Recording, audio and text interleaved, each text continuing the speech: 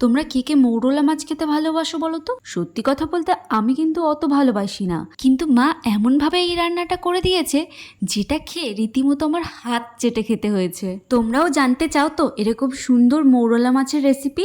চলো তোমাদের সাথে শেয়ার করি। প্রথমে মৌরলা মাছটাকে কেটে নুন হলুদ মাখিয়ে বেশ লাল লাল করে ভেজে তুলে নিয়েছে। এরপর কড়ার মধ্যে সর্ষের তেল দিয়ে বেশ খানিকটা পেঁয়াজ দিয়েছে, একটু বেশি পরিমাণ পেঁয়াজ দিলে এটা খেতে ভালো লাগে। এরপর লঙ্কা কুচিগুলো কিভাবে কেটে দিল দেখলে, এটা কিন্তু নতুন একটা টেকনিক। এর মধ্যে লঙ্কা কুচিটা দিয়ে ভালো করে পেঁয়াজের সাথে ভেজে নিয়ে আলু আর টমেটোটাকে দিয়ে আরও কিছুক্ষণ ভালো করে ভেজে নিয়ে নুন হলুদ লঙ্কার গুঁড়ো দিয়ে বেশ খানিকক্ষণ ভেজে নিচ্ছে। নেওয়ার পরে মৌরলা মাছগুলো দিয়ে আরও কিছুক্ষণ নাড়াচাড়া করা হয়ে যেতেই দিয়ে দিল একটু জলটা দিয়েই ঢাকা দিয়ে দিয়েছিল যাতে আলুটা সিদ্ধ হয়ে যায়।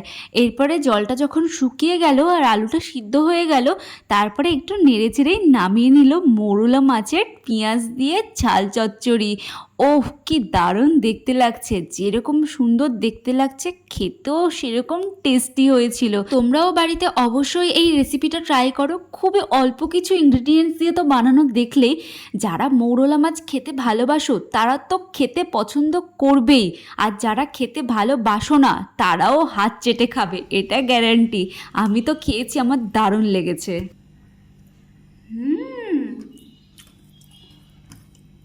খুব ভালো হয়েছে, খুব ভালো, দারুণ।